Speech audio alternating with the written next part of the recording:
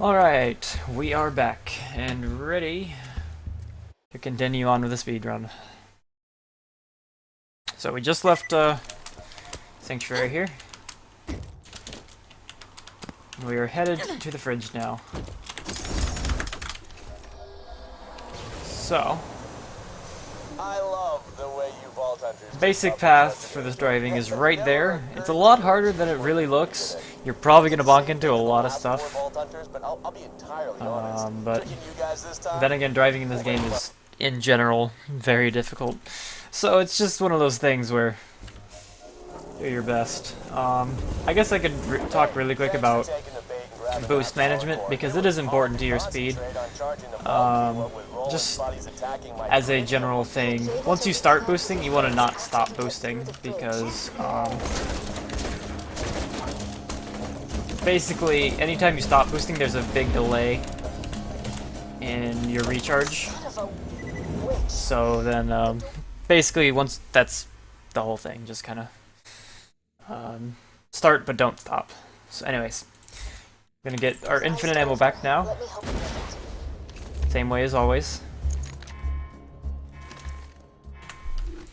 Go ahead and take off your shield while you're in your menu, because it's going to be very important for a glitch we're about to start setting up, which is basically the reason that you won't be doing any more save quits from this point out. It's this skill called Buck Up. And basically, this boosts your recharge rate on your shield by about 30% anytime Death Trap's out and your shield is down. And it also removes your shield recharge delay. The big thing is, if you travel while this skill is active, then you gain that bonus stacked upon your character. And it becomes kind of overpowered by the end. So, well, I can't actually remember if I merged or not, so we're just gonna do it again anyways, just to be sure. Anyways, so you release Death Trap with shield off. Once you see the blue stuff, go ahead and travel, and that stacked that recharge rate onto your character. So now your shields will be constantly recharging at a faster rate than normal. Go ahead and check this vendor. You're basically looking for amp shields at this point. This is the first point where they can spawn since it waits until level 15. And basically we're looking for that right now. There are 3 different vendors we can check, and it's pretty much up to you to find either one that's going to work for you, or just... I mean, just finding one in general is better than none. There are definitely some lower damage amp shield out there. I'll go into more detail about amps when we actually are able to equip them, but right now is when we really start looking for them. Basically, the fridge is pretty simple. It's just kind of run through and don't die, just like this. You're probably going to have to kill a decent amount of enemies just so you don't die, because there's a lot of them, and this is the first point where you're really starting to get very underleveled. Let's check for another amp. Still not finding one. So we'll set up our Buck Up again. One thing you can do if you are ballsy and want to save a second or two is, instead of just putting it in your inventory, you can drop your shield onto the map and then pick it up once you got Buck Up on you. But again, you can potentially lose your shield through a loading zone, or you might, travel early and lose your shield, because anything that's white rarity will disappear on travel. So you have to be very confident in what you're doing to do so, and again, it only saves opening your menu one time. So just like that. That's the basic technique for that. So if you'd like to, you can do that. That saves a little bit of time and lets you stack a little bit quicker, but it's optional, and it's just for 1 or 2 seconds each time you do it. Alright, good. I got an amp, but it's 16 instead of 15. That might end up being a problem, but it's fine. Here, hang on. The buy needs to. So you've got a couple seconds there to just kind of wait. But once you are able to just enter and quickly exit that, and it pretty much you can pretty much just leave instantly. Enter and exit real fast. God, this gun is weak. And you can do a grenade jump onto the roof here, which has a nice little chest. But again, this is why a 22 really starts falling off. And this is where it starts falling off, because you really just don't have much in terms of anything. There's a bit of a skip that I'm about to do here. You have to do it very quickly and very accurately. And you can potentially get messed up by a lot of things. So when you're running down this area, make sure you check for any exploders, because they will mess you up completely and totally very quickly. They try not to have too many enemies around you in general that can shoot you, because again, you can't jump when you're being shot. And just in general, releasing Death Trap here also keeps you a little bit safer, because it draws aggro away from you. So you do a grenade jump straight up from here, and then you do a grenade jump straight from here, right on top of this. Then you can just run across from here, instead of taking all the elevators and stuff and going around. As you see, it went ahead and triggered from all the way up here. If you've got a grenade, it's better to, you know, grenade jump off the top, so you gain the momentum for a long time, but you don't always have a grenade there. There are a bunch of loot containers for grenades right before that grenade jump as well, if you're lacking any. So with this Thresher here, just honestly try to crit him as much as possible, because that's about all there is to it. Just kind of crit him until he dies. Sometimes the shield phase is very difficult to punch through, especially if your damage is really low.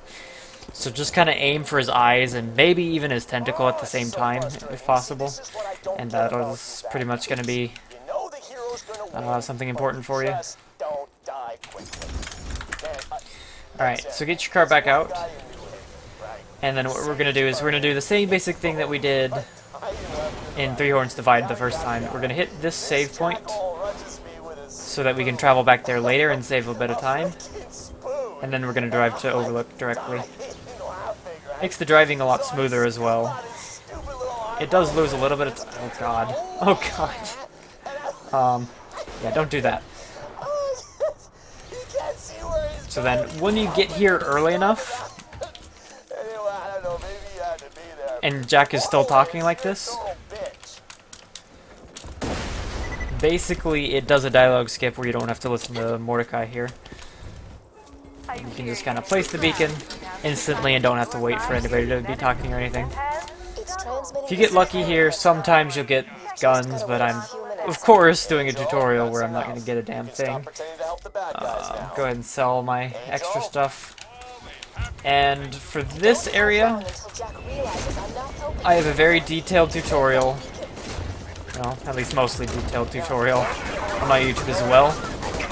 That's going to explain it a lot better than what I'm doing right now, since I already have a video that goes in depth on everything. But this is the most true auto-scroller in the game. The problem being that even then, you can lose time on it, because it still looks for when you're killing enemies before it moves on to next, you know, the next cycles, the next stuff like this. So basically, I split everything into 4 different sections for this area. This first one's really easy. You can kill everything as fast as you want. Sometimes you'll make it so that enemies won't spawn. If that happens on this phase, that's good. don't really care about why it happens or when it happens, but know that if it happens right before this dialogue right here, it's a good thing. Then the second phase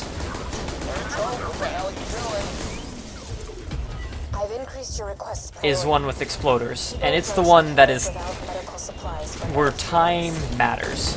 And basically it's about 2 minutes 15, maybe a little bit longer after you place the beacon. It's somewhere between 15 and 20. It's something like that.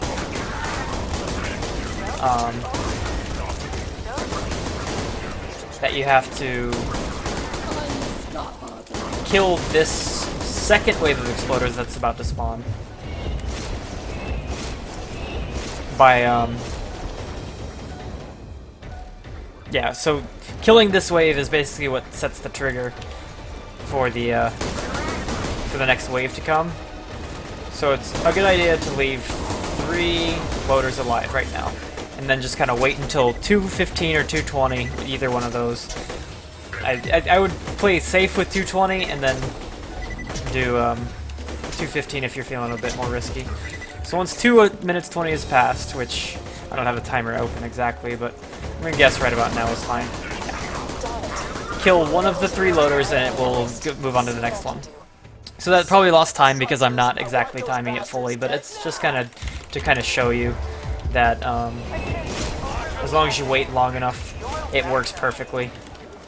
And then it's another minute and 10 seconds or so after that, like after the dialogue starts, that the next wave gets triggered. Next wave after this. So you can kill as many as you want, as fast as you want, whatever. Just kind of keep it. Basically, getting a bit of experience here is actually a very good thing, so don't be afraid to kill a decent amount of enemies, but do be a little sparing, because if you kill things too fast, there is a slight potential that you'll break the area and have no spawns. And if you break this third phase right here, this third wave or whatever, it wastes about a minute and a half.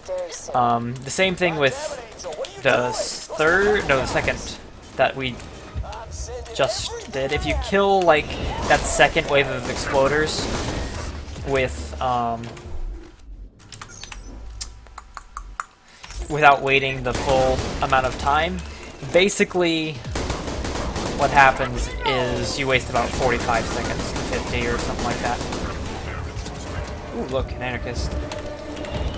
Anarchists are the class mods that you'd really want to use, but really and truly, I would never buy one. They're overpriced. They don't really give you anything for that money. It's like, if you honestly look, it's 20% gun damage. If you take that into consideration, that's what, maybe 10 to 15 stacks of anarchy? That's really not much. So it's really not worth much money and or even time to really get it, to really use it and get it equipped. So it's up to you whether you really want to. It is more damage.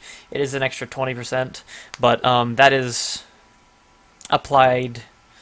Let's see, that's applied before amp damage, but it's probably applied at the same point as other anarchy, which is probably not even in it's probably before crits though. Yeah, I'm pretty sure that's before crits. So it's good, it's just not amazing. So anyways, we'll prep Death Trap here and just go ahead and travel out. Just like that. Anarchists are good, but they're not that good. Keep that in mind. So don't worry about putting your shield on as long as your health can handle it, meaning it's above 1/3, because you can take 3 grenades if they're base grenades. Right. So Then turn that in, check your vendor, make sure there's no guns, which of course there's not. Of course there's not. I can help you with that. You know, I wanna look at something. Because that probably forced the cycling on some things, and since I didn't get a level 15 amp, I'm gonna go check and see if there is one in here. No, that didn't actually force it to cycle here. It forces it to cycle in Sanctuary, but it doesn't cycle it here. That's interesting. That's really good to know. That's really interesting. Because that is all different stuff there. 165 damage, 156, so that's better. Basically, the only metric you need to look at for amp is the damage. Granted, the capacity helps. When you get to Sawtooth Cauldron, having something around 500 is really important. It's something that's really going to help you move quickly. It's going to help you not die. But in general, look for damage over everything else. When you're looking for amp shields and buying those and stuff like that. So anyways, from here we're going to the Wildlife Exploitation Preserve. You don't have to keep menuing each time, that's just kind of muscle memory for me, and I'm doing it just out of habit. But basically, once you've set it to one type at a save quit, then you're good. At this point in the run, though, try not to look at any enemies. Because if you look at any of the enemies, you're going to get the claptrap dialogue where he says, "Watch out, minion, these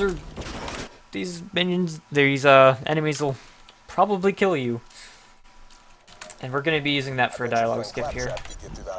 Let's see, no shields or anything there. Let's go ahead and put our shield back on, and our next sniper. Just go ahead and merge that one sniper into our shotgun, because these are already merged. And they stay merged as long as you don't move back to them or drop reloader. As long as you don't pull these out, they stay merged pretty much. So just merging number 4 onto the shotgun there. It's really good. So let's look up into the air.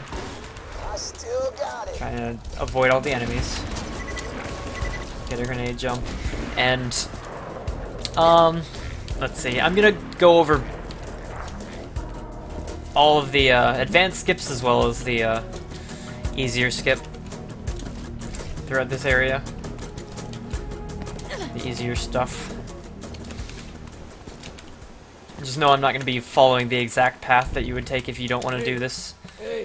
Alright, so basically, when we're up here, if you're doing the more advanced route, the route that's going to save, it's like 30 seconds or 20, or it's a decent amount of time because you don't have to walk back from Bloodwing.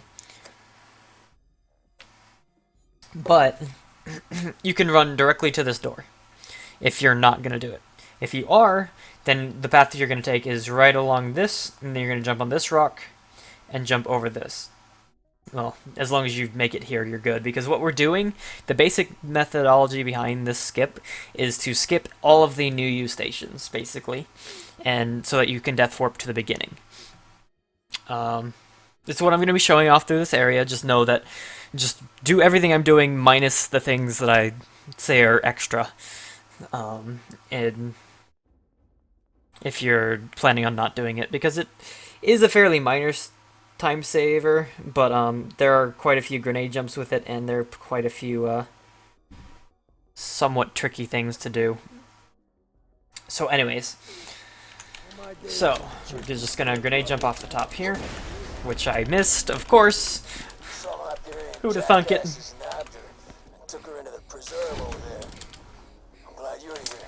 There's a no grenade version of this skip, but you can also use a grenade. So you can jump up there. Looks like I missed it. Alright, anyways, it's not one that I typically do, but it is possible, just to let you know. Using grenade is probably more consistent and faster. Oh god. Please, don't run in front of me. So yeah, don't miss that because it will lose you a lot of time, obviously. And then I've successfully skipped the save point now, and continue not looking at enemies if at all possible. Okay.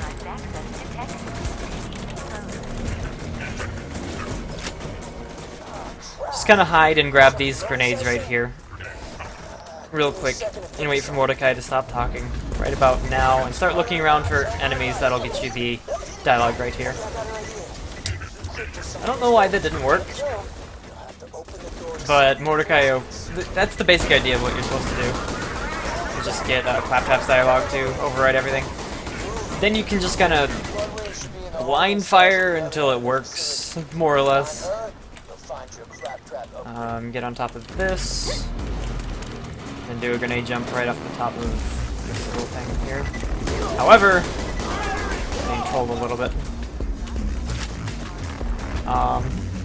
For the next part of the new use station skips, you are going to need at least one grenade here.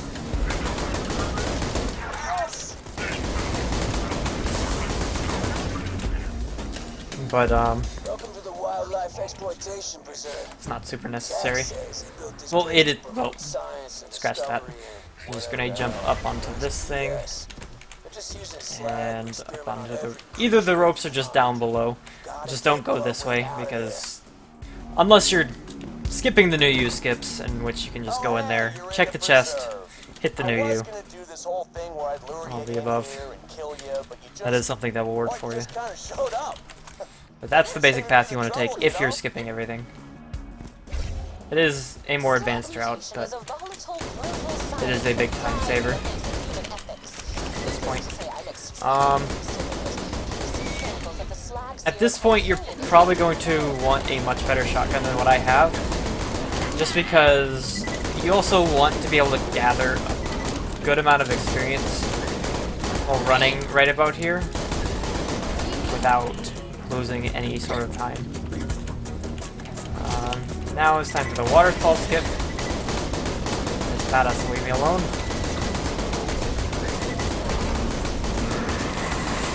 Go away, go away. You can do this without a grenade just by doing... Leave me alone. Just like that. Or you can just, you know, if you have one, just kind of chuck it and jump on top of this.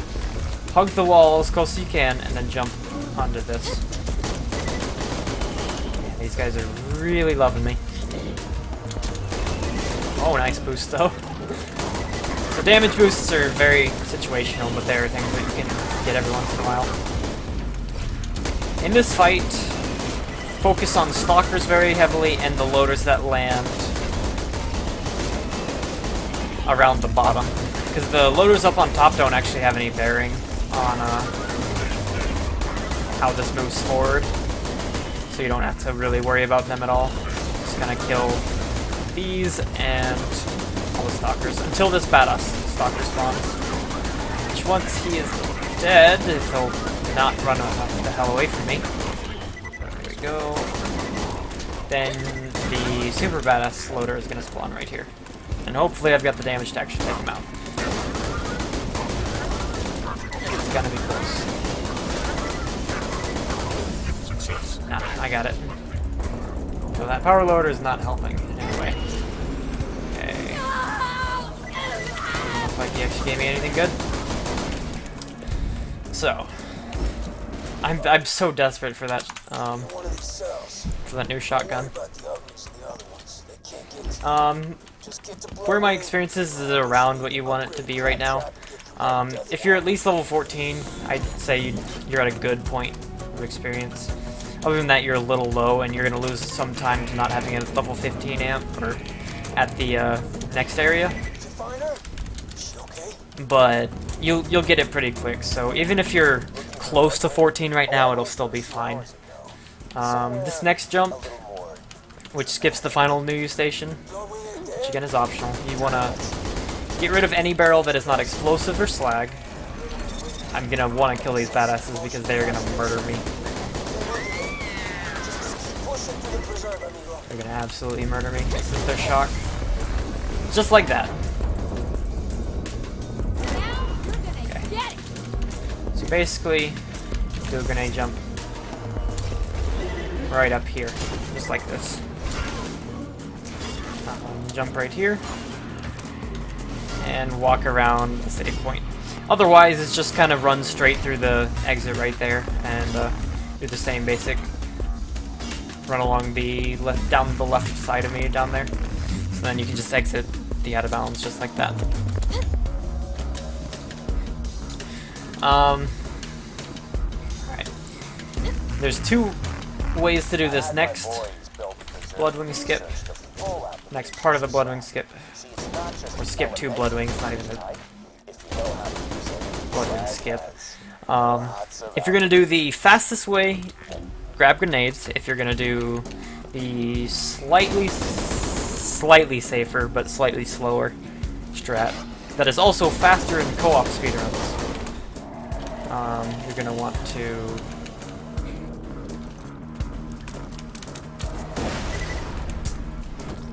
basically only need one grenade, and that's the one to get right across there. Didn't do a great job of explaining it, but you can either throw it straight down right about here, or do a running jump kind of like I did. It's up to you, whichever one is more comfortable. All that really matters is that you have the timing correct. So it's the same basic timing as you would do on a vertical grenade jump, only it's horizontal, you know. You can't jump too late or you're not going to go very far. You can't jump too early or you're going to go slightly farther, but you're still going to have the wrong angle for everything. This is probably the one that most people have the biggest amount of trouble with. So just, I'd grind that one out probably more than anything else. And like I said, you can stand at the edge here, just throw it straight down, and then do a regular grenade jump straight across. You know, right as it would have hit the ground again, though it might fall off slightly. Either that or do exactly how I just did it and throw it forward. Make sure you're jumping off the edge by the time it boosts you off. And yeah, that's about it. Just kind of make it match what I did there. But I'm going to move on before I die to those guys. So basically, there's two ways to get this done.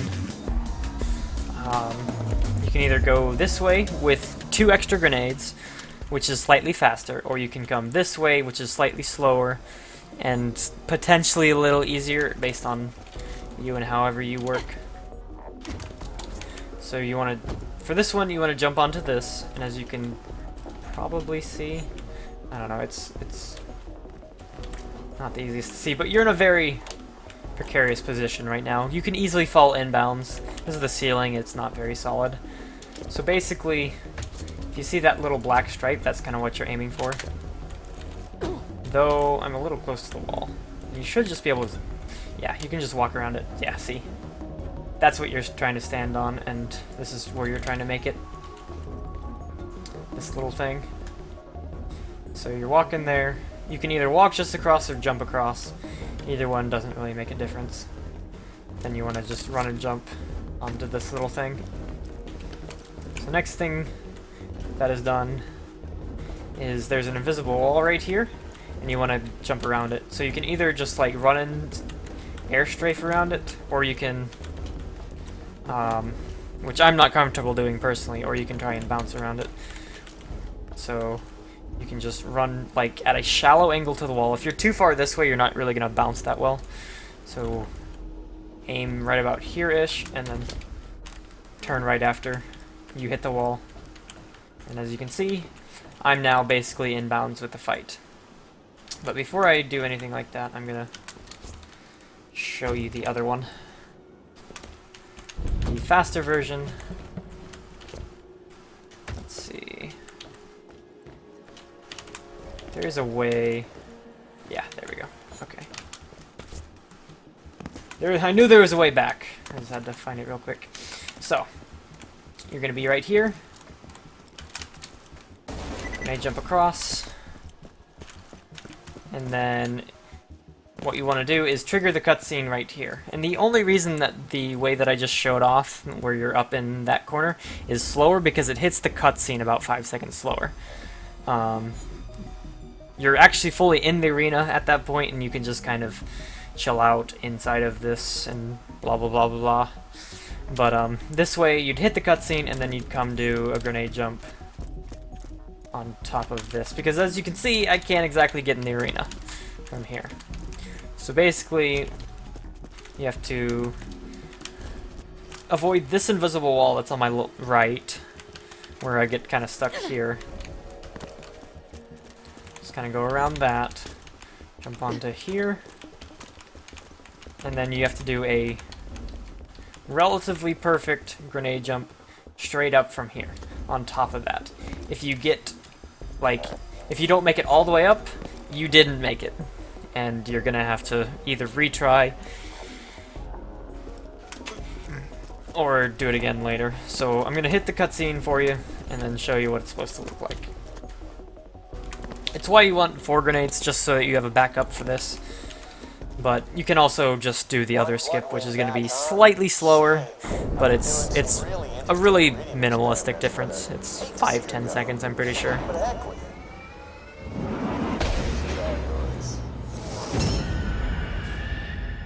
So just use the one you're more comfortable with. More or less, until you're really comfortable with grenade jumping in general. Fire, electricity, corrosion, slag. So while Bloodwing's flying around, just do a grenade jump straight up on top of this building. And once you make it all the way up here and not on there, then you're pretty much in bounds and you can just come right down. So another thing that I'm going to need to explain is the manipulation for Bloodwing. Basically, any enemy in the game, if it is spawning in and you are jumping, the AI breaks because it doesn't know where you are or something like that. So basically what we're doing is that same basic thing. Is right now, you just start jumping when she's in the spawning animation, which is her jumping up, just like that.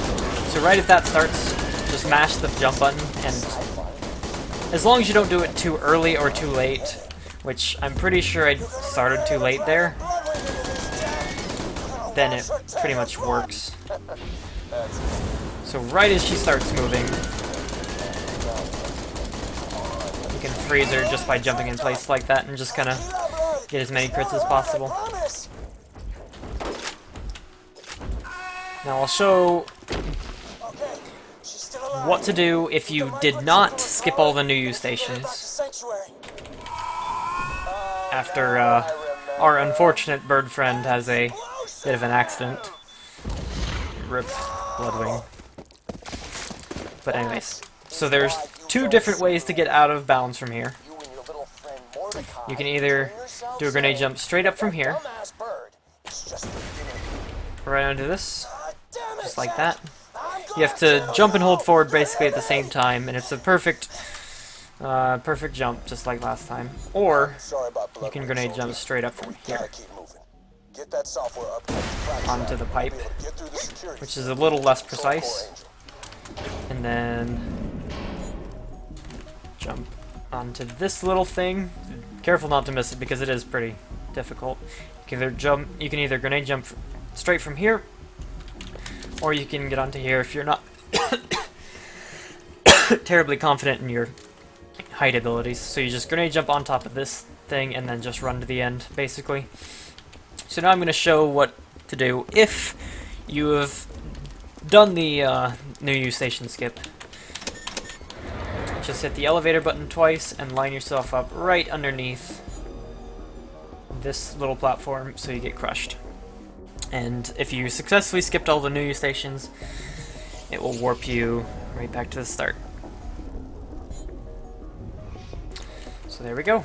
That is the Bloodwing skip. Or quote-unquote skip. Wow, those are both really good. But they are so expensive, I don't think I can afford that. I can, but I'd rather buy a shotgun. Anyways, so let's get another stack of buck up. Never hurts to have too many. It's kind of hard to do too many. Sweet, found it. And then from here, leave your shield off and do a grenade jump onto here and go straight to Clappy. Then you've got a little second to kind of chill out and do whatever you're gonna do. You can either grenade up, jump straight up there, or check and see if you got something good, which of course I didn't.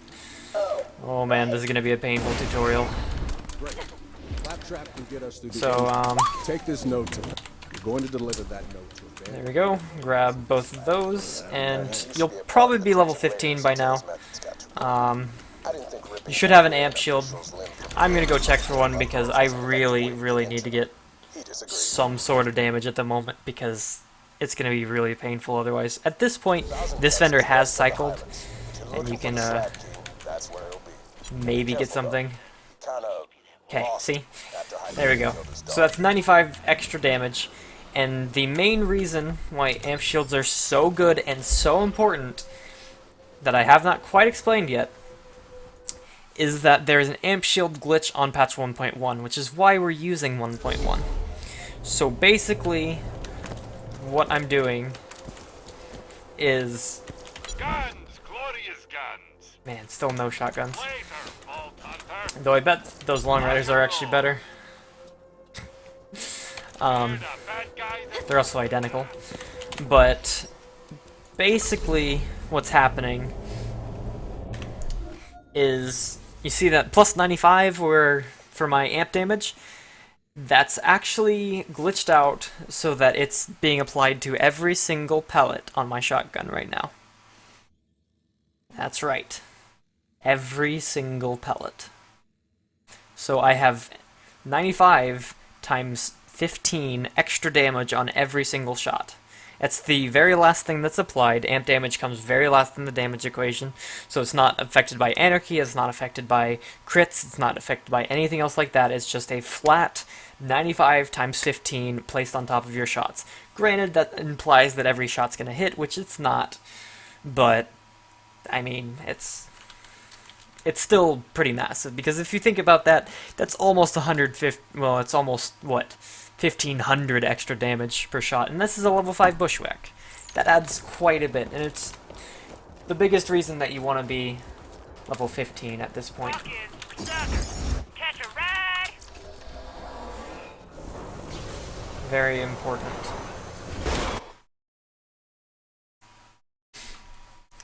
Especially if your damage is really low. Though the lower your damage is, kind of the lower your experience is tending to be, simply because you're gonna have to skip more than anything. Skip more experience than anything because, you know, just in general, you're not gonna be able to kill as much while still moving quickly.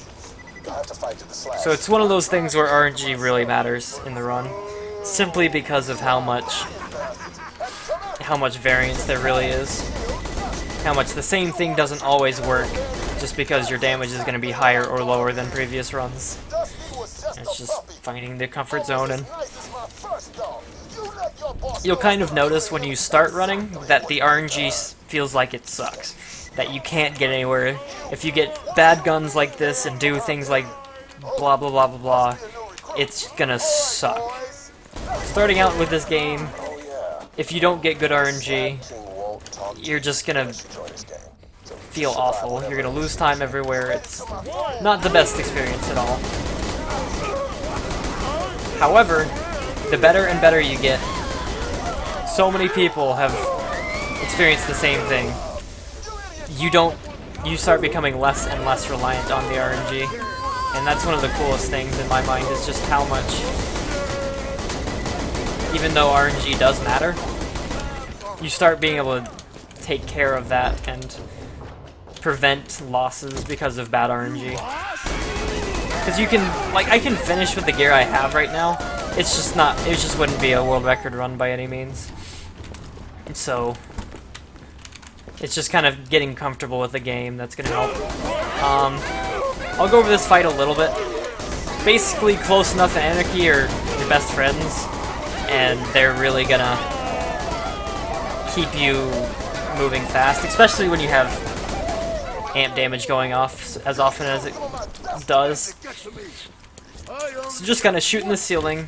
The badass Goliaths that I was shooting in the first wave don't actually count until the third wave, So unless they really jump down and get in your way, they're not worth going out of the way until the third and final wave. But everything else, just kill it as fast as possible.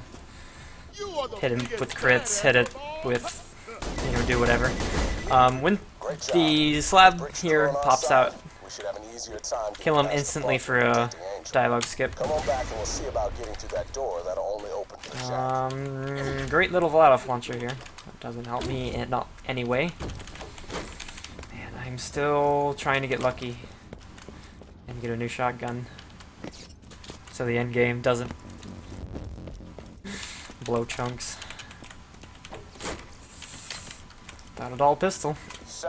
Anyways, so right when Brick shows up, make sure you're nearby so that Jack starts talking instantly. And then you can also escape this area if you're looking for either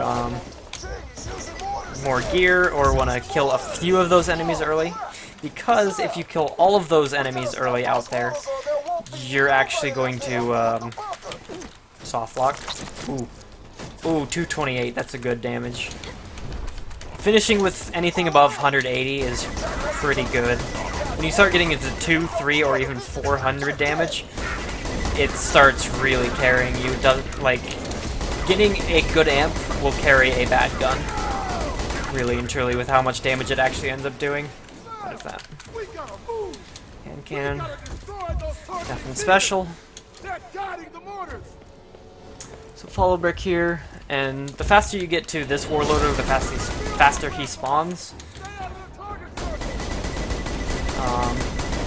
One thing to note, if in your video settings, that many of you may have turned off and may have been burnt by this in the past, if you do not see bullet decal, like if you don't see the mortars, turn your bullet decals on. Either normal or high, it doesn't really matter. As long if it's off, then you will not see them. See, all of the new mortars are now invisible. So make sure that is on for you, so you can at least see where the mortars are and avoid them. Another thing to note is the explosive tanks through this area are very, very deadly. You're very underleveled, and they have ridiculous range, and ignore your health gate, which I'll explain here in a little bit too, because this is where it starts mattering. Basically, blow these up from a far away distance, or else you can potentially die very quickly and lose all your anarchy, which, with a bad gun, is pretty much the end of your ability to complete the run quickly.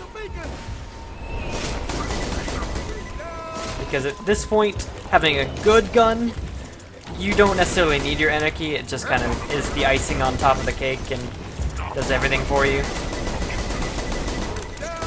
Makes just everything faster. But if you've got a bad gun and bad gear, it's your lifeline. It's your lifeblood, it's what keeps you alive, it's what lets you do damage. It's everything for you. So protect it with your life, because you need your life to have it. Oh god. One thing to note about these beacons as well is that they, their hitbox is slightly outside of their actual, like, where it looks like it should be. So don't get too close or you won't be able to hit them. Another thing to note is that for the last couple areas, a lot of people elect to have a turtle lying around, like a really high capacity shield. Because you're not going to be shooting very many enemies, and you can move on from there. There's another vendor if you want to check right now, because Brick is going to run anyways, and the trigger for him breaking the shield is back here. The tank that just blew up here has claimed more lives than any other gas tank in this area. So if you just find yourself randomly dying around this area and there wasn't even a mortar, you probably got hit by the gas tank. And like I said, it punches through your health gate, which is something that prevents you from getting one shot. AKA, if you get too close to the tanks, they kill you. Period. Doesn't matter what your shield is, what your health is, you will die. Health gate is very useful, and it's what allows low-level play. It's what allows OP8 in the end game. But basically, if you're above half health, you can't get one shot, period. You'll always live with some sort of HP for at least a couple seconds. So anyways, come back up here, turn in the quest. To be honest, And this typically hasn't, it hasn't cycled at all, but you'll see it's got 2 minutes until it does. You might be able to get it to cycle in Sanctuary if you're going slow. When you're going fast enough, it doesn't actually cycle, but if you go slow enough, then it might cycle an opportunity for you. So anyways, we've got a new shield now, level 16. You definitely want to keep track of what your shields are and, you know, what your gear is in general, so that you know exactly... Well, basically, the better you can catalog your own gear, the better you can know, like, and the faster you can know what's good and what is not, what is worth it, what is not, in terms of both guns and shields and all this other stuff that deals with damage. So if you keep tracks in your mind, you know, I have this gun with this damage, and I have these shields at these levels, etc., etc. It's really important. Well, if you can kill one of Jack's body doubles, I might be reduced to this, I can get you through that door.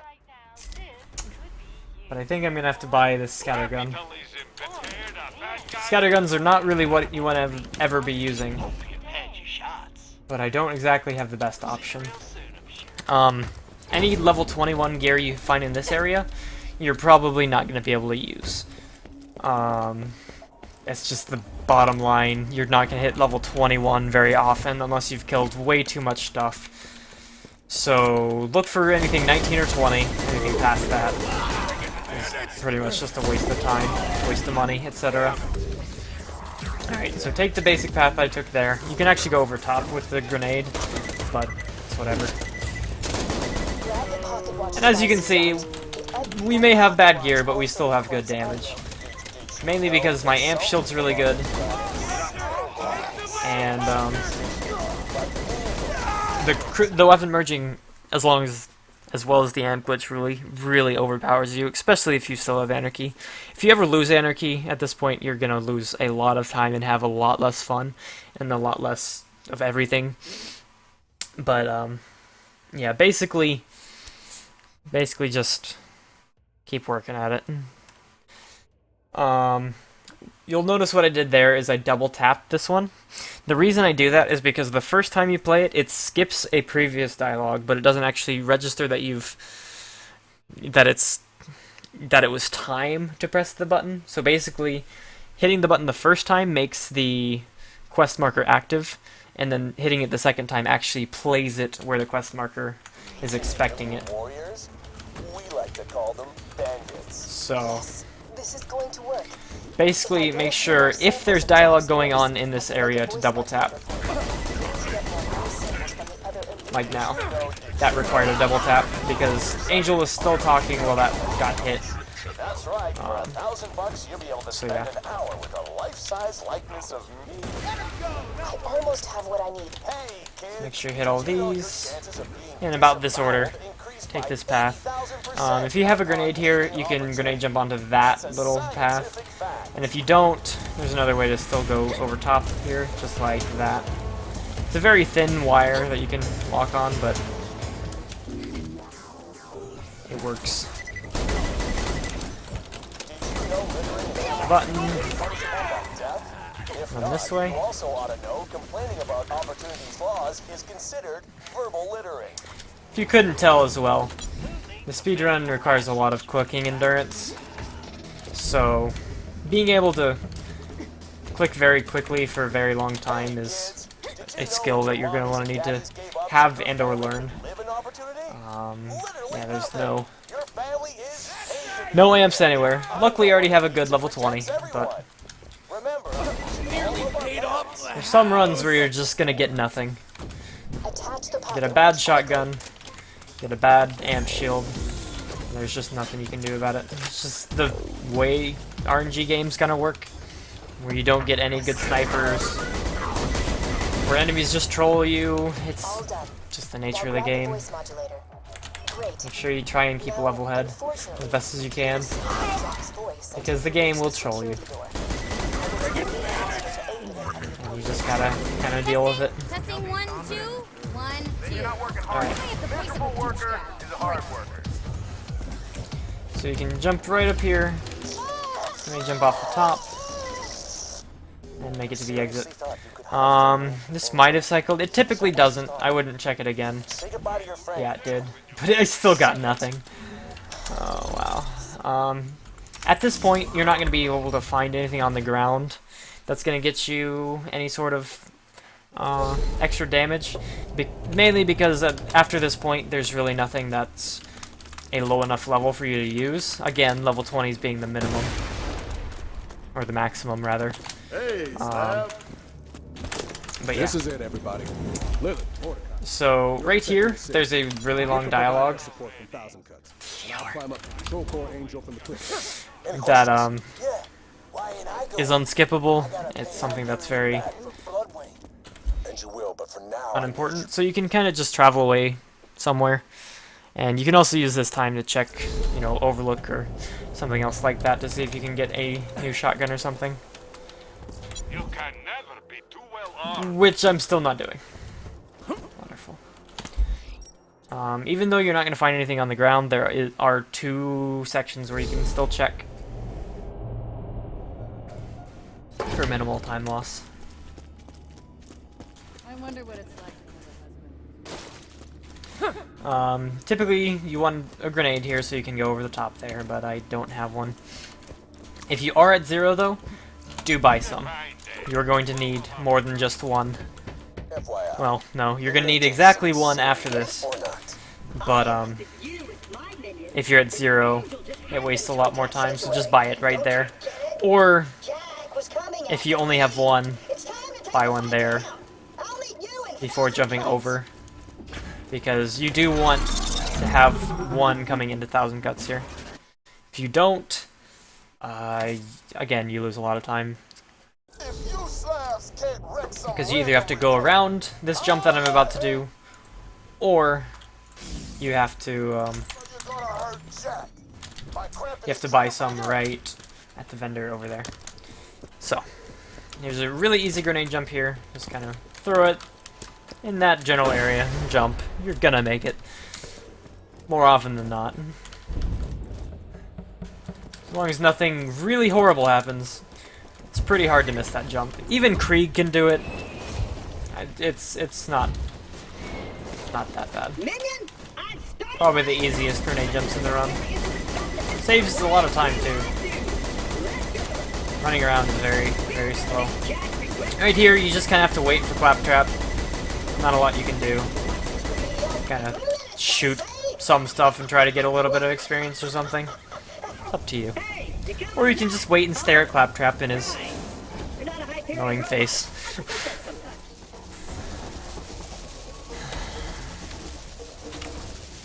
Take your pick.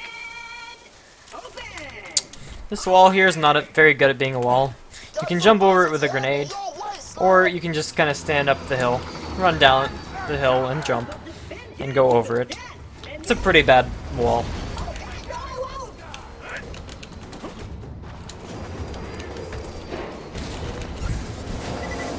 Now, this constructor is what opens the door. It's the only enemy that you really have to care about. Don't shoot the shield, because it's going to hurt you a lot more than it hurts them. Oh god. Just so I don't die, I'm going to release that trap there, though he's not going to last for very long. You can grenade jump up that hill if you want, or kind of jump up onto this, as long as the mortars aren't there. Also, this is the path you want to take to avoid more mortars than not. That jump's kind of tricky though. Definitely play around with it and make sure you've got it down. You pretty much should want to take this exact path. A, because it's the fastest. B, because in general there aren't very many places that you can actually gravel up there. So yeah. For these turrets, just kind of shoot the ground, and it'll close enough will do the job. Like shooting them directly, Anarchy is gonna prevent you from hitting most of them, and stuff like that. So I would recommend just shooting the ground there. Right here is an example of the game having an enemy limit. So before this badass constructor spawns, you have to kill like 3, 4, 5 enemies, just because the game never likes to have too many enemies spawned at one time. So essentially, getting rid of a couple on the map makes some free slots open up so that this guy can come down. If you want, you can block him a little bit, though definitely do not shoot the shield. Do so. Get some really good body shots until his face comes down, and just crit him all to hell. These guys, and go ahead and run on to bunker. And know that you're dealing with probably the biggest RNG split in the run, outside of the Vladoff RNG. Because at this point, really and truly, there's not much you can do to if bunker decides to troll you or the turrets. So there we go. Got another buck up stack real quick. And you can tell you have buck up if you see that blue little effect on your screen after the travel, by the way. Another little easy jump to do a skip here. There are 2 different ways to do it. I'll show both. You can either toss a grenade right here, and do a grenade jump up, or you can throw a grenade straight down and do that same jump up, and that kind of gets you up here. So, things to think about and practice.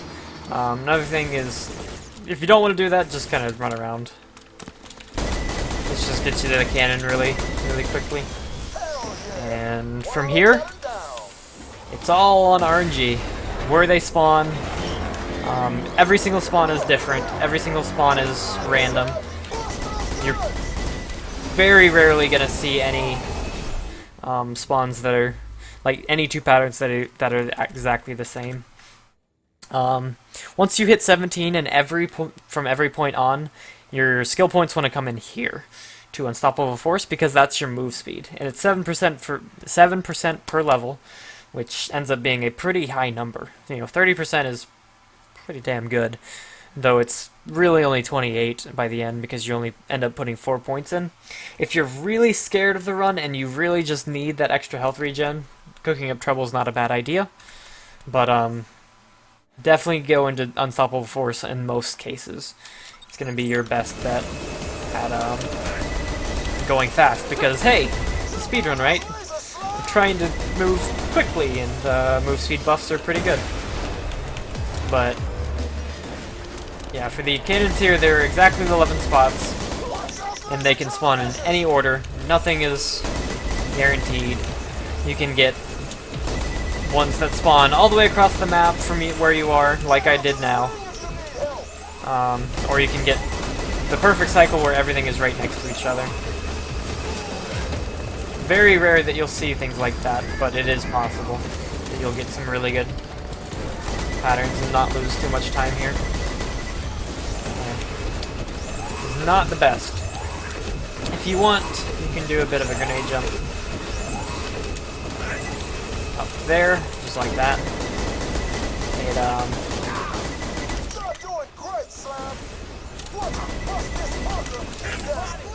It's useful, but it's not a huge time saver. Kind of just gets you onto the platform a little earlier. So now I have to run exactly the way I came. Oh.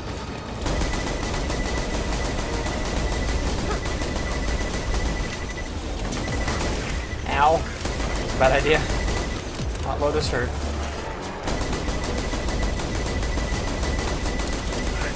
if I can kill him here. There we go.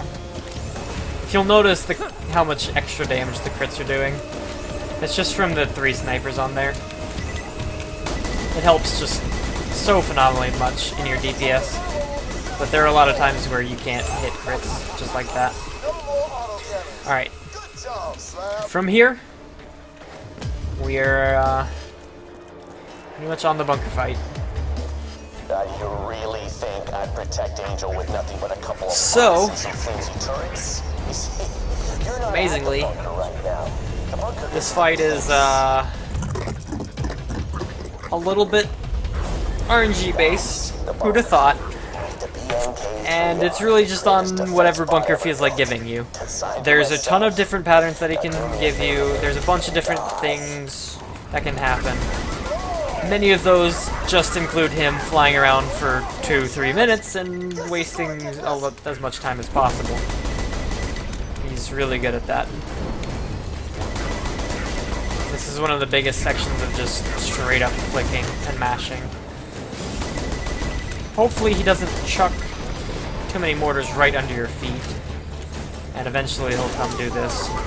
This is a pretty good pattern because his crit spots are in pretty plain view, and he's not going to run away very quickly if you destroy his auto turrets or something like that. Hang on. So just kind of shoot him until he dies or flies away. That's really about all I can really give without doing a detailed explanation of every single possible cycle. I'll give you the ones to look out for, at least the ones that are always bad RNG. But that one's a little... I'm not going to go through every single possible iteration of Bunker's RNG. Alright, so basically, the absolute worst cycle, the worst one you ever want to, you'd never want to see, is if he is flying out this side, and he's just shooting missiles at you and stuff like that. It's the worst one. You cannot do damage. He's far away. It's just bad. You don't want to see that one. If you see it, know that you're losing time. That's it. It's a guaranteed time loss, and you can't even make him cycle faster. It takes a long. He stays in that phase for forever. You die because the missiles hit you constantly and take your health down below health gate, and then it's awful. It's just awful. Another one that's really bad is he'll flip upside down, and if you ever see that one, he's gonna fly away really quick, and he especially if you kill his auto turrets, and they're kind of on top of him, so you can't exactly miss them, especially with Anarchy. Another big one is if he is vertical, he will stick around as long as his turrets don't die, but his crit spots can't be hit otherwise. So it's one of those things that it's bad RNG, but if you have a good enough gun, you can kind of punch through it by not shooting his turrets. And then if he's at the back of the arena, that's another bad one. Those are the main ones to look out for. Anything else is at least decent RNG. It's just kind of hope you get something good and shoot him a bunch. Yeah, that's all I got. Anyways, when he's flying up to do his death animation here, I'd recommend standing about here and not getting shot by those, and kind of fall through the minute he dies and run into this scanner so you can get a bunch of dialogue skips. One thing to note is that Bunker does not give you a second wind. A level up from Bunker will, but if you hit level 18, you're really, really far ahead on experience, and you probably killed way too much stuff. So that's probably not something that's going to happen. From here, we're going to hit the elevator. Excuse me. But we're not going to ride the elevator, because if we come right down here and crouch while we fall, you can land here and go through this totally rear wall and just kind of jump down right about here. You can fall down without hitting anything, which I almost did there. But it's affectionately referred to as the dunk, and it's kind of hard. You have to fall in the exact place that I did, and it takes a bit of practice. Oh, wow, I grabbed my shield too quickly, and he didn't actually give me a buck up stack there. Sucks, but nothing I can do about that. It's one of the risks. Alright, so once we hit the button here, you've got around a minute or so until the next thing you have to actually do. Because we're not save quitting, and the only way to skip this cutscene is to save quit. And I've not skipped this cutscene, but I've skipped the next one before in a race before. Let's just say I lost about 20-30 minutes because of it. It was bad. Save quitting at this point is run over. Jack spent years pumping me full of Completely and totally. You cannot complete it unless you sit there and stack up your shield recharge and have a good gun and all that stuff and get some anarchy back and blah blah blah blah blah. It's wonderful. Now, You get the hell away from my door! This area though is a quasi, I guess, auto-scroller-ish. The problem is it's not a true auto-scroller because you'll still gain and lose a lot of time here because it's completely based on your damage and how fast you kill enemies. So it's an auto-scroller in ways, but it's still dependent on you completely and totally. So basically what you're gonna want to look for in the waves that do spawn are look for problem enemies. Problem enemies are those with either high health or that cause problems for you. I think of those as badass loaders, ion loaders, and angelic guards. Ion loaders because if you don't kill them quickly, they kind of throw up their shields and it's bad because, you know, you can't do anything with them. You have to actually run over to them and shoot them in the face. If these turrets spawn, don't have to worry about them. Your buck up is pretty much going to keep you alive, and they don't actually have any bearing on the area moving forward.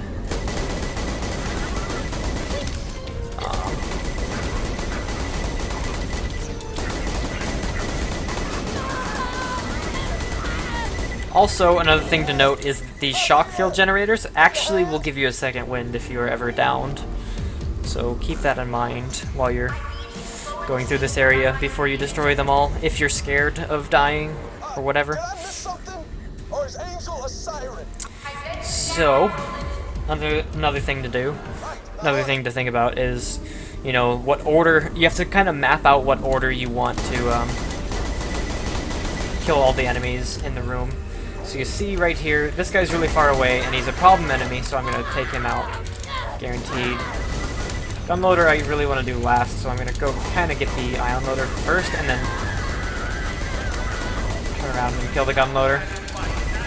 Granted, I should have seen that it was an ion loader first and run around the other way, but it's all improv, it's all making decisions based on things here. Like, see, I saw the angelic guard here. I'm going for him first because he's got the higher HP and is much more of a problem at long distances. Well, the warlord's got a lot more crit spots and is a lot less problematic. So I have a new point in get more movement speed, and we have a new shield. So now we'll just kind of go to the nearest enemy, and then just kind of go around from there.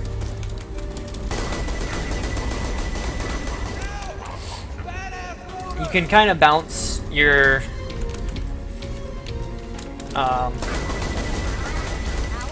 bullets into the crit spots of loaders a little bit. If you shoot the ground, that's probably where you want to aim more often than anything. Is a little bit lower on their center of mass. But if you can get into their face and just crit their eyes, it's the most consistent way to kill them quickly. And again, it also very heavily depends on what damage you have at this point in the run. You definitely want more than a level 22 bushwhack, we'll put it that way. This is kind of bare bones, bare minimum. I'm surprised it's working this well, etc., etc. And at this point, it's pretty much the fact that I'm keeping Anarchy. That's keeping this run quick. More than anything. As much as I want to take out the Angelic there, I need to take out the Ion before he gets his shield up.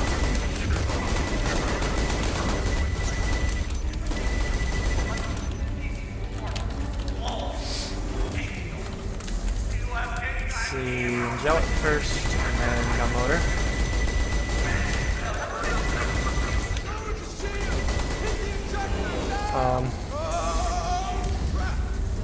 For the injectors here, you don't have to necessarily hit them immediately to get the most amount of time saved possible. But within probably about 5 seconds is the bare minimum. Because there's a lot of scripted events around them as well that kind of keeps things in order. Oh wow, there's a badass over there. That's bad. So let's take out these Angelics, run this way. And then we'll take out the Warlorder last. I mean, I say badasses are bad because they take a long time, but you do gain a lot of experience for it, so I guess that's the silver lining of getting them. But yeah. You can say I'm taking out the turrets, even though I told you not to. And it's just because you've got a couple seconds before the loaders fully spawn in that you can take out 1 or 2 of them.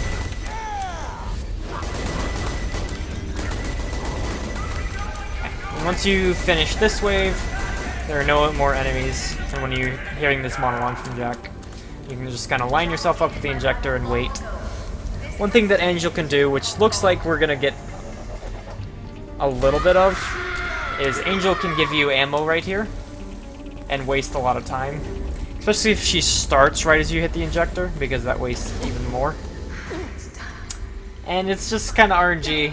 She sometimes just decides to waste a bunch of your time by giving you ammo. It's wonderful. Another thing to watch out for is don't stand where Roland's gonna spawn, which is right about here-ish. If you stand here and Roland tries to spawn, the game will go, hey, I can't spawn him there, there's already someone there, and despawns Roland to the point where you can't actually turn this quest in, and it's bad. You'd have to exit and re-enter the area, I think. And really and truly, that's pretty slow. Not even sure you can, really. You should be able to, but it'd be... We gotta find Jack and take him out. It'd be quite the backup, actually. I'm going after Jack. Insert Roland no here, blah blah blah. Yeah, you know the drill. We've all been here before. We've seen this. We had our moments of anguish and sorrow for our fallen hero. I mean, See, I'm gonna show you just guess, how much maybe. you have to lose, and I got the most Anyways. powerful siren on the planet to do it with. Lilith, kill the Vault Hunter.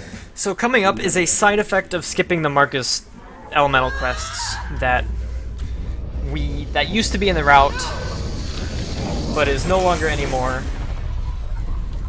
What happened? What the hell Because just happened? First, there's still a character cutscene for Marcus that's on his stairs. So what we do to skip it is we grab this quest right here. As long as you grab that, which just grab both. I mean, it's the fastest way to do it. Just run in and smash enter. It skips the cutscene, which would normally trigger about here. If you forget, it's going to be painfully obvious for you just got that a you crate did of so. Spanking new Malawan elemental weapons. Wanna help me test them out? Alright. I'll see you in the firing range. Let's try out the fire weapon first. Then turn in here. And Roland, he killed Bloodwing, but he is not gonna kill Lilith. Jack still since needs time to I'm try to still looking for guns, find out where this warrior is. I'm gonna come. This is not where I wanted to go. This is for an amp, and I already have an amp. That was wrong. I meant to come here. Overlook.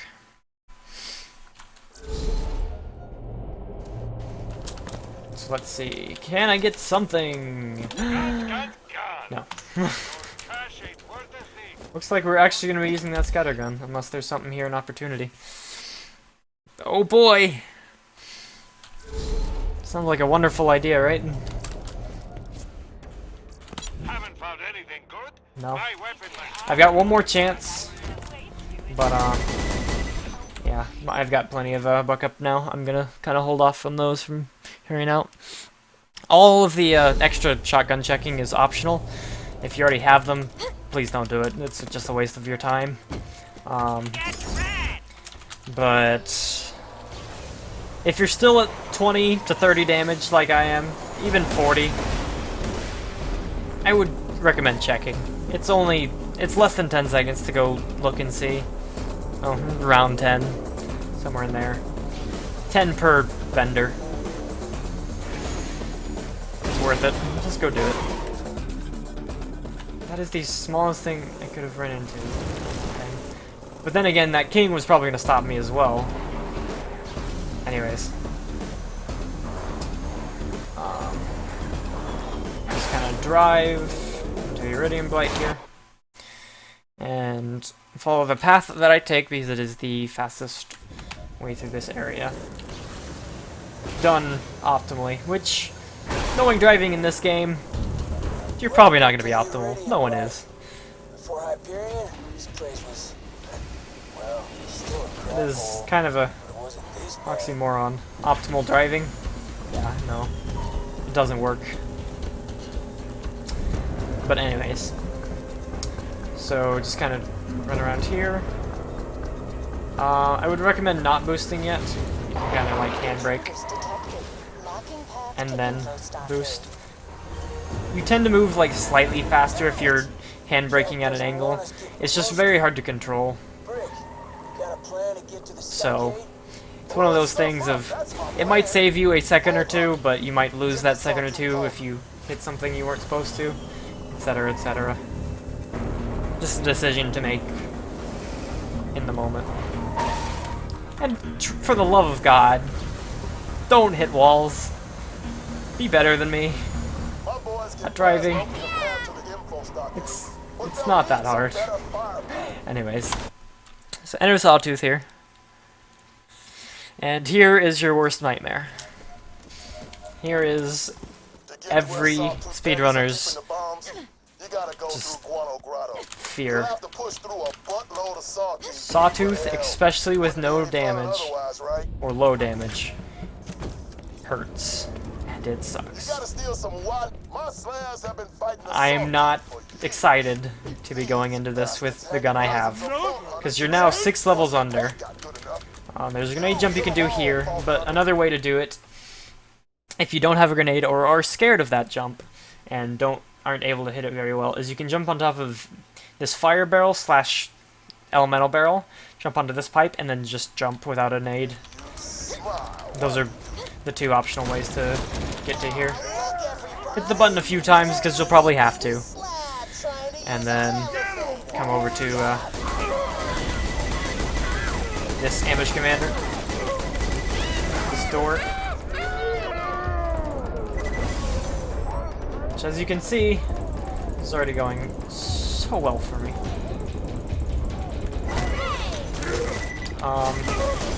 Basically there's a couple different spawn patterns for the ambush commanders. You can either get 2 out of each door or 1 and 3. Getting 3 at the first one that I did, and then 1 at this last one is perfect RNG. 2 and 2 is basically equal, but getting the opposite where it's, well, actually, if it's 1, then 3, then it's fine, but if it's 1, then 2, then 1, that's really bad, because that's also possible. Getting 1 at the one that I just did, coming over here, finding 2 of them, and then going back to find the other one. It's very rare, but it does happen. Wow, that was kind of lucky.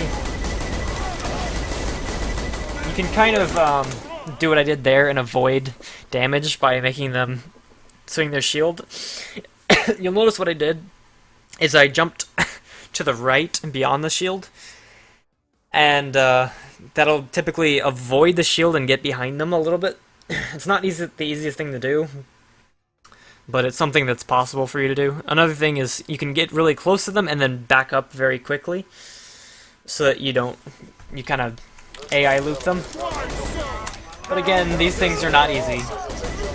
It's just one of those things you gotta work at. Get rid of psycho midgets, like suicide psycho midgets. Oh god. Death Trap already died. This is not good. This is a very hard jump too. I'm honestly gonna clear stuff out. This is not a very good situation. It's a very bad situation, to be honest. Okay. Now that I've mainly cleared that out, I can kind of show this off a bit better. Basically, you're gonna want the grenade to bounce off the wall and not off the ground, which is hard to do, but you kind of have to angle out like this. Yeah, that'll work. And then jump just like that. So get it to bounce off the wall and then kind of get stuck on the ground is the best way that I've found to do it with the basic exact setup that I had right there.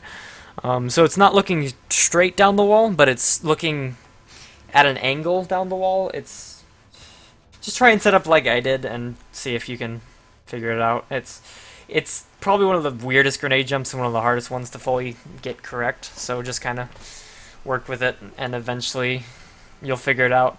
It probably took me the most amount of practice to get this one, especially get it consistently. So the best I can say is line it up with what I had and try and get that consistently every time. But if you see the grenade bounce like further down than it was for me, then it's not going to work and jumping is not really going to help you. But that is probably one of the more tricky jumps that you're going to have to worry about. This is one of those places where a lot of deaths can happen in a very quick amount of time if you're under-geared, because a lot of enemies start spawning from here on. And this jump basically allows me to hit a trigger further back than it really shows on the map, because where I am, just hit the trigger that's actually on the map is way behind me.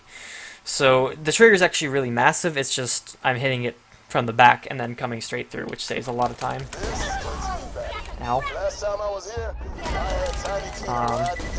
Another thing to think about is that Fight for Your Life doesn't reset until you get like a full heal using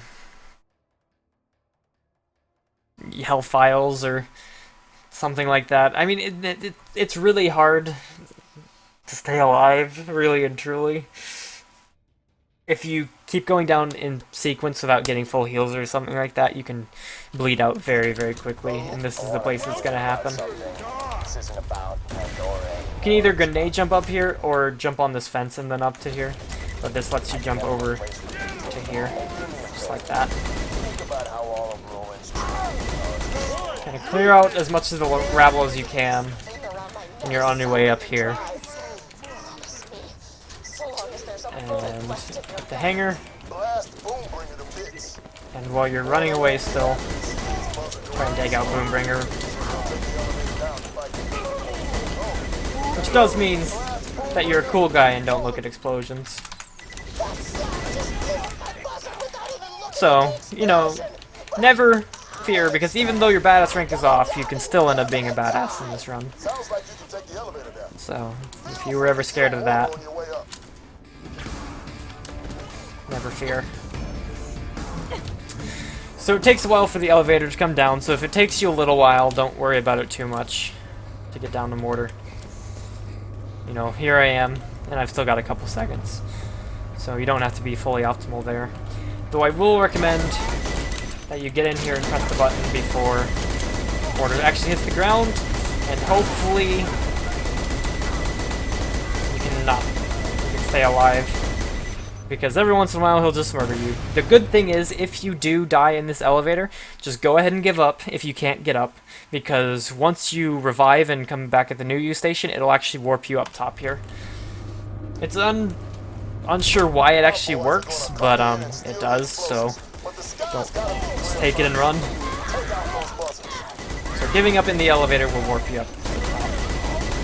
This is another point where the enemy spawn limit plays huge into when the buzzards end up spawning. So take care of a lot of these guys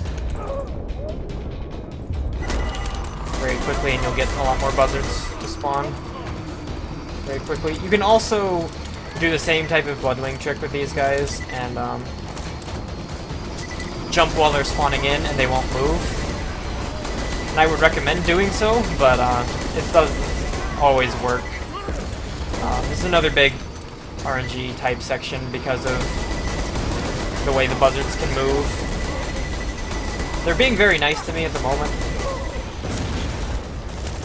but they aren't always this nice by any means. See, they can fly like this and just fly away and fly around the entire building. Make your life miserable.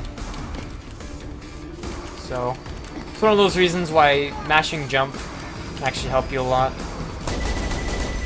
Don't you lose aggro on me. I'm still here.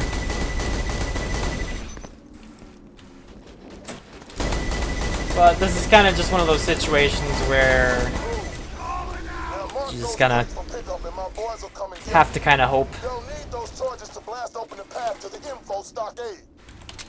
And if you do manage to actually manipulate the enemy AI there and get them stuck like right above their spawn locations, they become a lot easier to kill, but you do have to continue to jump or it's not really going to work. Continue on this path and you can throw a nade, hit this, and then jump off, but you do want to grenade jump off the top if you do have a grenade, which at this point there's really no reason not to. You just kind of run directly to the edge. The edge and the beginning of the area, the exit, I guess, would be the right word I'm looking for. Alright, once you got 404, just go ahead and travel to the Iridium Blight.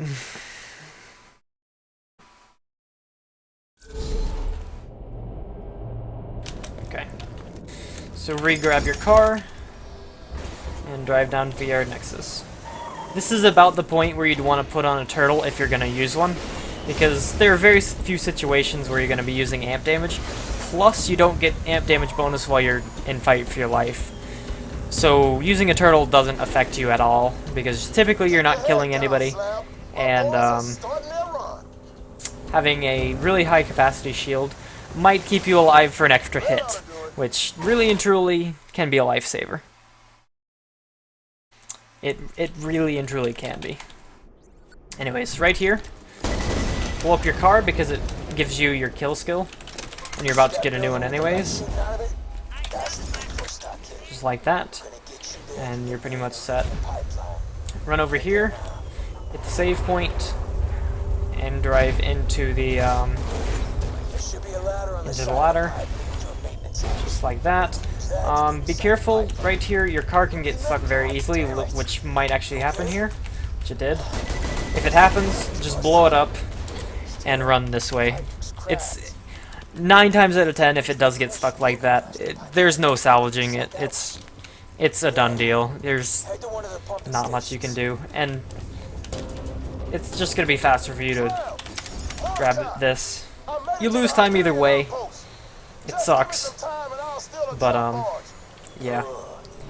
If that doesn't happen, just kind of drive straight here after bouncing off.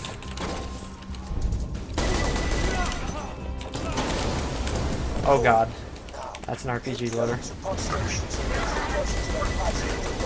Take care of him real quick. Respawn a vehicle and drive on to Pump Station 2. Which is another absolute nightmare for most people. If you want, you can kind of wait for just a second, pull up your car again, and then jump down. Release Death Trap about there, so that he'll come aggro early. With any luck, they'll focus on Death Trap and not you, which of course didn't happen. Death Trap will decide that fucking you up the better plan than actually getting you up. And it looks like I'm very much dead. So yeah, Pump Station 2 sucks. Especially if you are already under health gate. Your chance of death is very, very high. And if your gun is bad, getting downed is pretty much a death sentence. So I already blew up my car. That's a side effect of doing that, by the way. That may not be something positive. I guess the fastest way is going to be to come over here. Drive around from this point. Another thing to do is to avoid slag pools while you're in your car, because if you're slagged, as far as I know, if you're slagged when getting in and out of your car, there's a chance of getting perma-slagged. I don't know exactly what causes it, but yeah, just avoid the slag pits as best as possible, because getting permanent double damage is not a good thing. Anyways, with any luck, Death Trap will save my ass a bit better this time.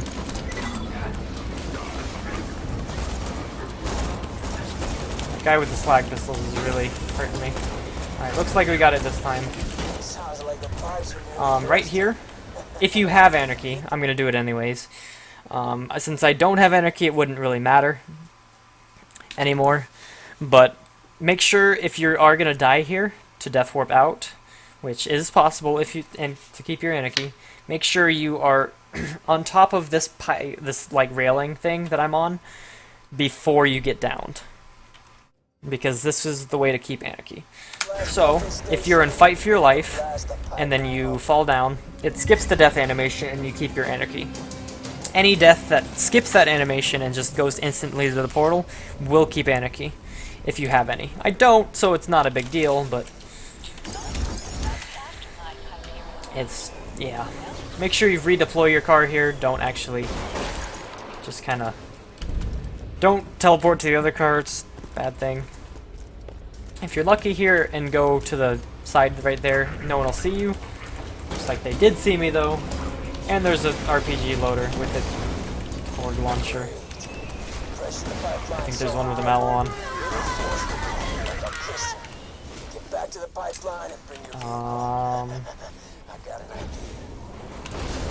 Well, rip. No, I actually lived. Wow. The hawk really could have killed me there. There's a way to get your car in this pipe, which I got. Perfect. You have to get it in at such an angle that that happens, and it's very rare, and you don't really get it very often, but it's really good to do. You can also just do a grenade jump from the end of here to here, if you're not scared of the slag pool. But you can just jump around like that as well. Commonly referred to as the black wave jump, because it was first popularized by Black Wave. I wonder how that name came in. Anyways, so just travel into the Badlands here, and here comes the Saturn area. Got some potential problems, for sure. Mainly in the fact that, you know, Saturn is not a boss that we tend to kill, mainly because the whole, you know, no crit points thing, tons of health, tons of damage type deal. There's also a skag right there that dies in like 2 hits because it's level 1 or something like that, that you can get a kill skill off of, just FYI. But the basic idea is we're not going to be fighting Saturn. If he jumps down like this, I would recommend releasing Death Trap and hitting this button and just riding the elevator. But since this is a tutorial, and that's what you would normally do, let's show what would happen if he ends up going... If he stays up there, I would recommend at least learning this jump. It's tricky, and you'll probably mess it up a little bit. But you do end up hitting the save point with this one, so dying is a little less costly if you do this. Though taking the elevator is slightly faster. So keep that in mind, and I'm going to have to hide real quick while he's doing that attack, because That is a very scary attack. So if you toss a grenade down this slope and make it bounce off this slope, so throw it right around here-ish, and so it bounces, and then bounces this way, then you can get a grenade jump up onto this platform. I'll show you what it looks like now. Just like that. You'll probably miss it a lot, but that's the basic idea behind it. That is the Saturn skip, quote-unquote. It's not necessary. It does lose a little bit of time, potentially because of a dialogue skip that this misses out on. However, it is much safer if Saturn decides to sit his ass up on top of the bridge and not move, which he can do. Because there's potential for him to just stomp you off, murder you, murder Deathtrap and you, and just in general be a pain. So if he jumps down, just take the elevator and run across the bridge like normal. Otherwise, do what I just did.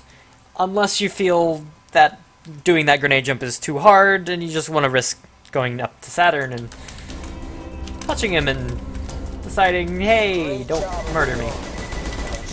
Leave your fate into the hands of the gods. So anyways, travel this way. If you want to skip, like, this is a minimal time saver, but you can jump from the top of these stairs onto this railing. Just like that. And hit the button. Right here, if you take the bridge, though, there are 2 exploders that will spawn, and they will follow you all the way up into where I'm standing right now.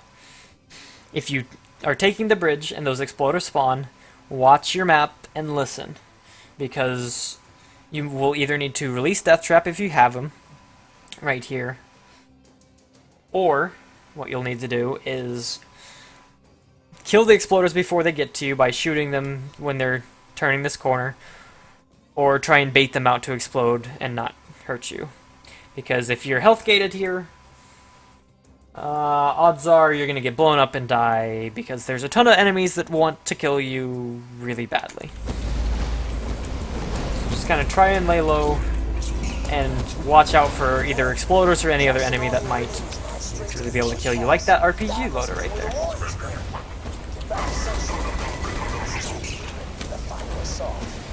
Once you have it, it doesn't really matter what you do.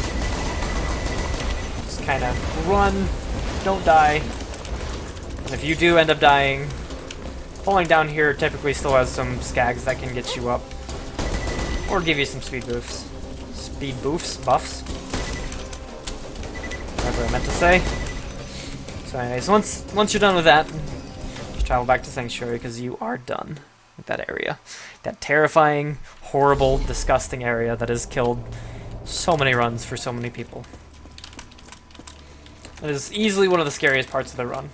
However, there are still some pretty scary parts left. Because the enemy level difference just keeps getting worse and worse. So anyways, from here, we're gonna go straight to Claptrap and wait for the trigger to talk to him. Gotta prepare. Do it now. Go check around the city. These people don't have much, but they still want to help you. It's time. And then from here, since I still don't have guns better than the scattergun I'm about to get, I'm gonna go check one last time. This is the final time that everything will have cycled. So I can come check Opportunity and Overlook, which are the 2 places that are on level for you. Though Opportunity is a bit stronger. Why am I not surprised? And final chance. Final chance. And I get nothing. Alright, we're finishing with the 22! I've literally gotten 0 shotguns from vendors this run. This is the same shotgun that I got right before Flint. I also have no Anarchy, so this is gonna be a bit of a pain. Luckily, I have a good amp at level 20, but, you know, there's some runs where you won't even get that. So this shows that you can definitely finish, but, it's not easy. Another situation where you just want to kill your car for a little bit of extra speed. Claptrap, get a bit of a dialogue skip. And we just kind of keep building. Well, I guess I do have a scattergun, so that's nice. Forgot about that. That'll be wonderful in a bar of experience. Sometimes you're just reduced to use whatever shows up. Don't really get that many options. Just gotta take what is given to you. Alright, there are 2 enemies that spawn, well, 4 enemies that spawn in this wave. One here, one on the other side, and then it repeats.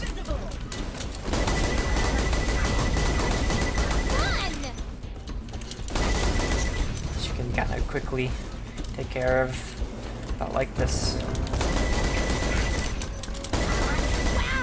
There we go.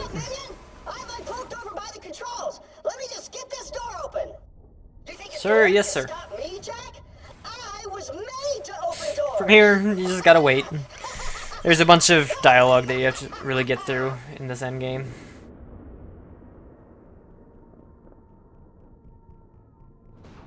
And open! Access denied. Also, there was one point where I learned the hard way that don't stand in the middle of those. They kind of crush you a little bit. Sometimes you'll get a spawn early like that, which is really good. But one of the biggest problems with this fight that can really mess you up and make life difficult is that the surveyors that start spawning in the later waves take forever to die if they're not near the ground. So in the next 2 waves, try and lure the surveyors down early and kill them. Because one of the worst things that can possibly happen is that they fly around behind the map so much that they go under the map. There's a way to get down there to go fight them if it happens, which I guess I could show you. But it's much better to rely on not having them go underground, because it's kind of bad. Level 20.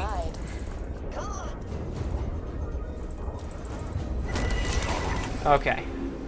Finally. So we got our scattergun. It's so good. The thing is actually it's gonna be a lot better. I'm not getting quite the same amp damage that I would be getting, but the base damage in and of itself is enough to make it worthwhile. It's having the potential amp damage for an extra 100 base damage, so it's a bit better, especially since your base damage is affected by anarchy and crits and stuff like that, while amp is not. Here's where a lot of badasses can spawn too, so get a couple badass surveyors, which, you know, kind of a pain to deal with. Just try and lure them down with some weakened enemies.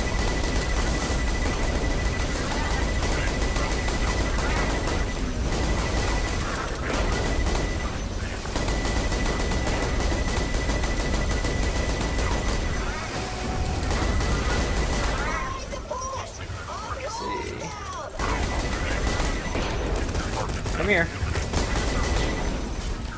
Go to the wounded badass. Or the wounded warlorder.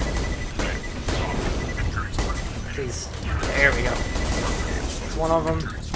Other guy's just kind of sitting up there. Nice. Can you not stand back there, maybe? Maybe?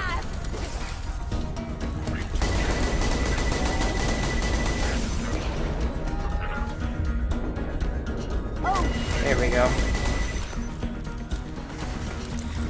Alright, and another thing to mention, if you ever change number of barrels, you should redo infinite ammo to match that, because of the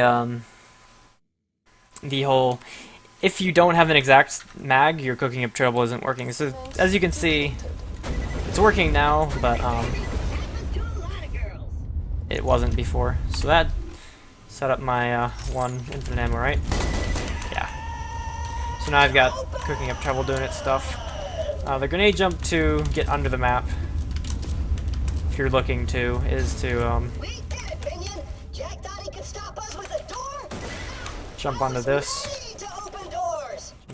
and then you can just drop down below, which is completely solid, and you can do that from there. I think there's also a... Anyways, there's a way to get around that too, but... Anyways, this is messing around. You can leave the minute you see the check mark. You don't have to actually listen to Claptrap doing any of his spiel or anything. Once you see a check mark after his long no, go ahead and travel. If you leave before the check mark, you have to watch the whole door opening scene again. So that's a bit of a problem, but it's not not that huge. All right. From here, try and keep two grenades is pretty solid, but basically this is a very scary part of the run for a lot of people, and a lot of things can potentially go very wrong. Just gonna take the path I'm going. This avoids most of the enemies that can kill you at this point, except for that guy apparently. And then you'll want to jump right around here-ish onto this platform. Just kind of skip that fight with that barge. And then right here, do not use Death Trap yet. You want to have Death Trap before this point, because Death Trap will save you from the snipers. He's only going to die in like 1 or 2 hits, but that's all you need really sometimes. Sometimes also the RPG loader here and the exploder here will spawn down here, so kill them before you do this grenade jump. Also, the exploder likes to come and troll you anyways, so just do a grenade jump straight up from here. If you look past, like if you land about past this point, the save point trigger won't go off at all. So you want to land in front of this little supply crate a little bit and then run around. That way the save point hits, because it's very easy to skip it since the developers didn't expect you to get behind it in any way. So the trigger's only in front of it, so be careful with that. Once you get here, release Death Trap, and he, in theory, will save you long enough that the snipers won't kill you. I don't think there's been a single situation where Death Trap has completely failed me there. There are a couple of ways to do this next grenade jump that I'm about to do. Show the hardest ones into the easiest ones. So you can do a grenade just like this and get on top. Or you can do a grenade jump right across this. Slightly slower. And then you can also grenade jump straight up from here. And air strafe around, which is going to be the slowest way. And get the air strafe. But yeah, you get the idea. It's not one you'll typically do, but it is possible. So then jump right here. And there are 2 different ways that you can go about this one. If you have a grenade, you can run along this top barrier, grenade jump off of here, and get on top of this, and just run to the end. I don't particularly like it. It saves maybe 2 or 3 seconds, and it skips the save point. So it's a little risky. But the typical thing I just do is just run behind this so they can't see you. Hope that Vladov sniper doesn't actually end up hitting me very much, which, holy shit, that's terrifying. Oh god. But yeah, just kind of, really and truly, there's a lot of hoping and praying going on with this area. Next jump for you is right across here, skips that entire section. And then, if you've got a lot of damage, don't feel very afraid to go up against the sergeant loaders down there. But if you're a little weak like I am, I would recommend, especially if they got double Vlad snipers, run this way. Oh god. That is the most terrifying noise you'll ever hear as a speedrunner. Especially since I'm probably gonna die now. Oh god, no, I'm good. Jesus. If you hear double Vlad snipers, you are in for a world of hurt. Alright. From here, there is one final grenade jump. It saves optimally 20 seconds. If you miss it one time, you basically die. But hey, fuck it, YOLO, right? Anyways, the way not to do it is just do the standard thing that you're supposed to do. Take the elevator down, blah blah blah. It's very easy. You can't miss it. It's the intended strats. I'm not going to really show that to you this time, but I will show you the grenade jump. Because it is very small amounts of time saved, but it is worth teaching for when you feel comfortable doing it. But again, it's 20 seconds optimally if you do it absolutely perfect. And other than that, there's not a whole lot of point in doing so until you're super confident with it. So it's just jump from that rock to this rock. Pretty simple. Stand right about here. Chuck the nade right about here-ish into the corner. Get stuck there. Jump a little earlier than that. There you go. Just like that. Onto this little platform. Don't go too far that way, and don't go too short either. What I like to do is jump straight up and try and aim for the wall to kind of bounce off the wall and keep my speed in check. So I'm aiming kind of for this section, and that kind of bounces me onto this little platform. Walk up this a little bit, jump onto here, and then this last part's really easy. All you have to do is look where I'm looking right now and just hold forward and jump at the same time, and you'll get it every single time for this last jump. Just forward and jump. Don't sprint, don't do anything else, just forward jump, and you will always get it as long as you're looking at that angle. The final thing you can do is do a grenade jump off the top if you've got one laying around. So basically just kind of look up the slope of this, which don't look at the actual terrain to look at the slope, because as you can see, I'm a little above the terrain a little bit. Anyway, it doesn't exactly work as it looks. Just kind of toss it up this a little bit. You can do a grenade jump off the top. If you want to be a little safer, because you can land in this hole and get stuck. I'm not kidding, you will get stuck and you have to wedge yourself out. I've lost about 2 minutes on a PB once. It was very bad. And you can just go on the other side of this big rock here, just to be safe, and so that's not an option. But you can also jump onto this rock like I did there, if you feel comfortable doing so. It's the way to get the maximum amount of time save, but it can be somewhat risky if you aren't perfect at your grenade jumps in terms of distance or anything like that. So on to Jack now. Jack fight's pretty simple. Find the real one, shoot him in the face. There's not much else to it. How easy this is depends on your anarchy and your damage. Mine's really low, so we'll kind of see what happens. But Right on time. it's just, Nearly ready. this is where, Before I cleanse these are the two fights where the speed at which you can click really make a big difference. So he's right here in front of me.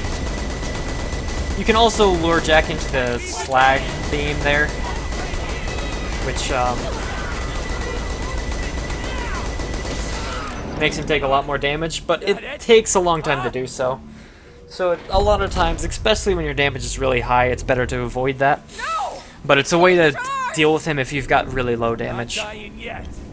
It's just to stand right behind the slag beam, and he'll typically run up to you to You're too late, bandit. try and hit you in the face and I win. slag himself. The greatest So. helium power Pandora has ever seen. And it's Now it is time for the warrior. With good enough damage, you could probably 2 to 1 or 2 cycle him. But typically you're not gonna have enough for that. you're just gonna have to do the best you can. And really, the most amount of damage you're gonna do is during this first phase. So kind of get as close to him as quickly as possible and just shoot his chest plates as quickly as possible and just keep firing into his crit spots until just as much as you possibly can. There's not much else to it. This is another fight where having a really high shield capacity is really good for you, because if it's under 500 or so, then Rax will be able to punch through your shield, which if you're, you know, under health gate and really low health, that can basically kill you, and that's not a good thing. It can waste a lot of time that way, and it's definitely a big problem. There are 3 spawn locations for the warrior.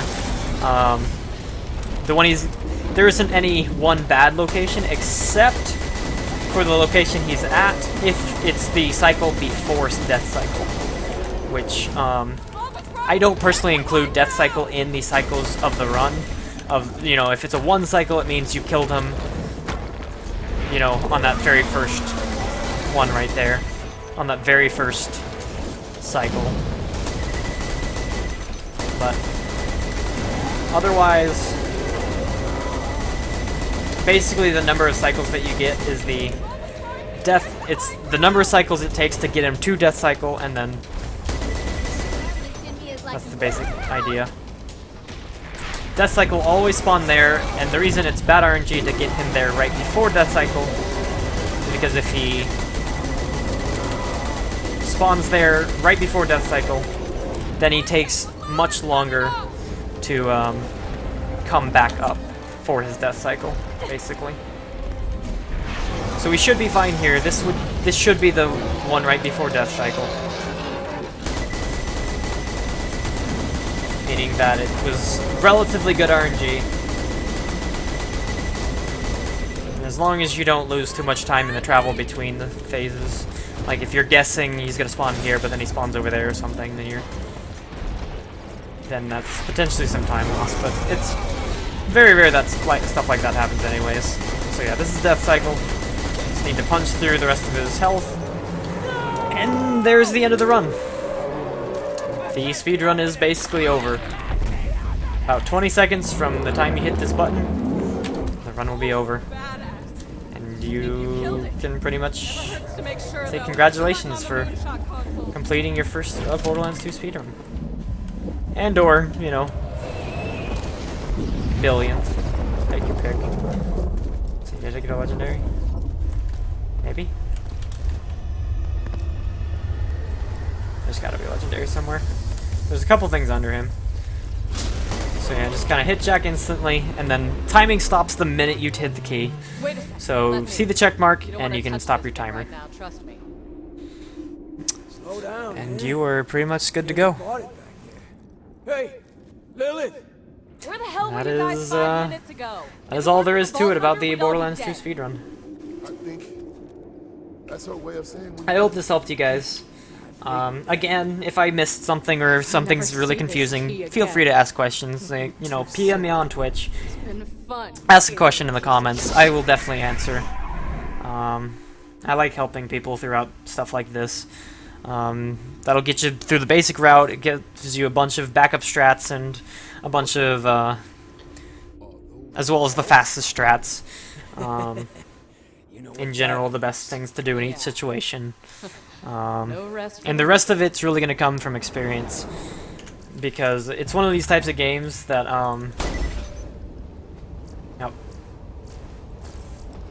the more you run it, the better you're going to be.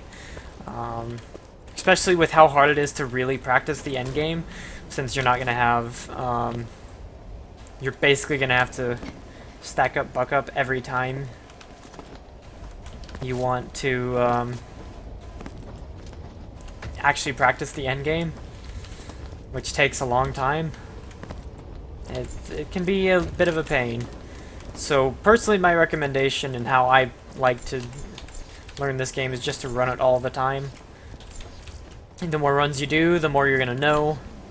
The more questions you ask, the more you're gonna know. It's just one of these things that you really have to put the time and effort into to really learn what's going to happen in each situation, especially with how heavy the RNG really can be, and, you know, enemy patterns, and what can actually go wrong, and what you're the most comfortable with, etc., etc.